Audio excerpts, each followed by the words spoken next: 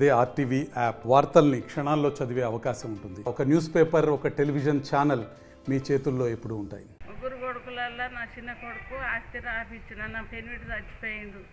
చచ్చిపోతే బాకీ అయితే నా కొడుకు లోన్ పెట్టి కట్టుకుంటాడని ఇద్దరు కొడుకులతోటి సంతకం పెట్టించిన. నేను పెట్టిన, నా కొడుకులు పెట్టనన్నా నేను పెట్టినంత మాత్రాన నా కొడుకు నెల రోజులకే చనిపోయిండు. నెల రోజులకు చనిపోతే నా కొడుకు సీతక్కతోటి ఫోన్ చేపించి ఆస్తి నాకు కావాలని అని అంటాను. ఆస్తి ప్రకారంగా ఎక్కడికి పోయినా ఆస్తి చేపించుకుంటుందని నాకు చెప్తాను. ఎవరైనా ఎక్కడికి పోయినా చెప్తాను. 60 లక్షలు వెళ్ళే చేపించిండు నా కొడుకు. ఆ లక్షలు చూత ఆమెకే ఇచ్చినాం. ఇల్లు కిరాయి కట్టిన, కరెంటు బిల్లు కట్టిన. అయ్యా నా నడిపి కొడుకు ఆస్తి చూత ఒక్క కన్నే ఉన్నారు, కొంటపోయిండు. అన్నీ 60 లక్షలు అల్లే తీసుకున్నారు. ఇల్లు కిరాయి కట్టిన 5 నెలల కడుపు అయితే పైసలు దవాఖానలో చూపించుకొస్తామని తీసుకుపోయినరు. పైసలు ఇచ్చిన, తీపించుకున్నాక సుత మళ్ళీ పైసలు ఇవ్వమన్నారు. పైసలు ఇచ్చిన, తీపించుకున్నారు. మళ్ళీ నా ఇంటికి వచ్చిండ్రు. ఒక నెల రోజులు మంచిగా ఉన్నది.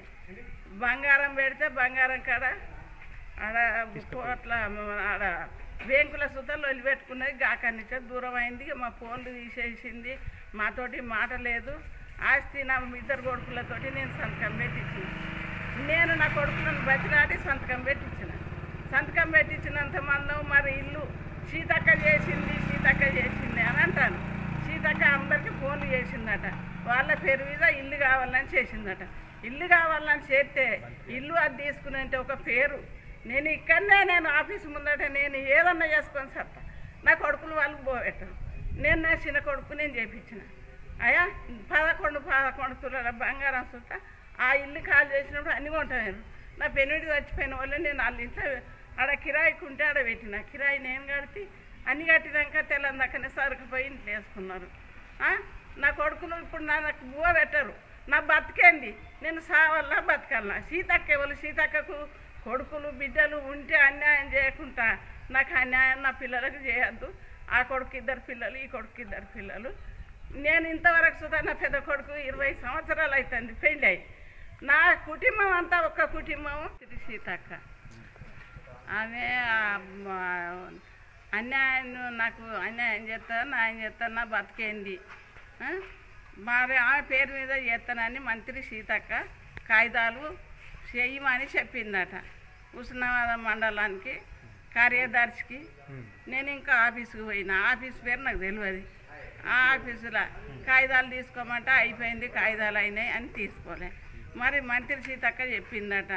మరి నేను నా కొడుకులను ఉపయోగించి నేను సంతకం పెట్టిన. నా కొడుకులకు నేను పెట్టిన. పెళ్ళి అయినాక 2 సంవత్సరాలకు బిడ్డ పుట్టింది. బిడ్డ పుట్టినాక నెల రోజులకు కర్ణాల పోయిండు. కోట్ల మంది పోయిండ్రు.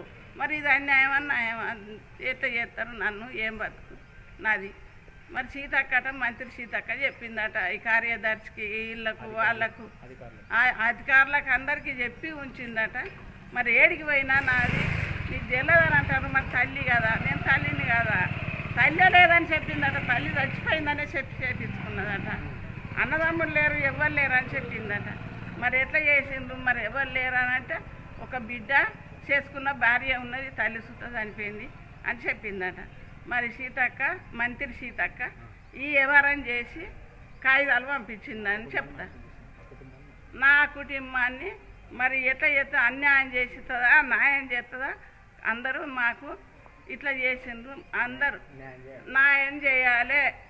మా అమ్ముల కుటుంబాన్ని, గుమ్మడి కుటుంబాన్ని అన్యాయం చేయొద్దు. మేము కాదని అనలే. మేము అందరినీ సుతా పిల్లని సుతా మేము అది చేస్తామని అన్నాం. పాలిస్తానన్నా. నేను నా కొడుకులతో సుతా నేను సంతకం పెట్టి ఒప్పిస్తానన్నా. మరి ఇది మాకు తెలియకుండా చేసింది. మేము గిట్నే ఉంటామని మేము అనుకున్నాం. మాకు తెలియదు. మేము ఇవి అటు ఇటు తిరుగుడు మాకు తెలియదు. వాళ్ళు తిరిగి మాకు ఇవన్నీ అన్యాయం చేస్తానైతే నేను ఆఫీస్ ముందటనే ఏదన్నా చేసుకొని సత్తా. మరిన్ని వీడియోస్ కోసం ఛానల్ ని సబ్స్క్రైబ్ చేయండి. లేటెస్ట్ అప్డేట్స్ కోసం వాట్సాప్ ఛానల్ ని ఫాలో చేయండి. అండ్ లింక్ డిస్క్రిప్షన్ లో ఉంది.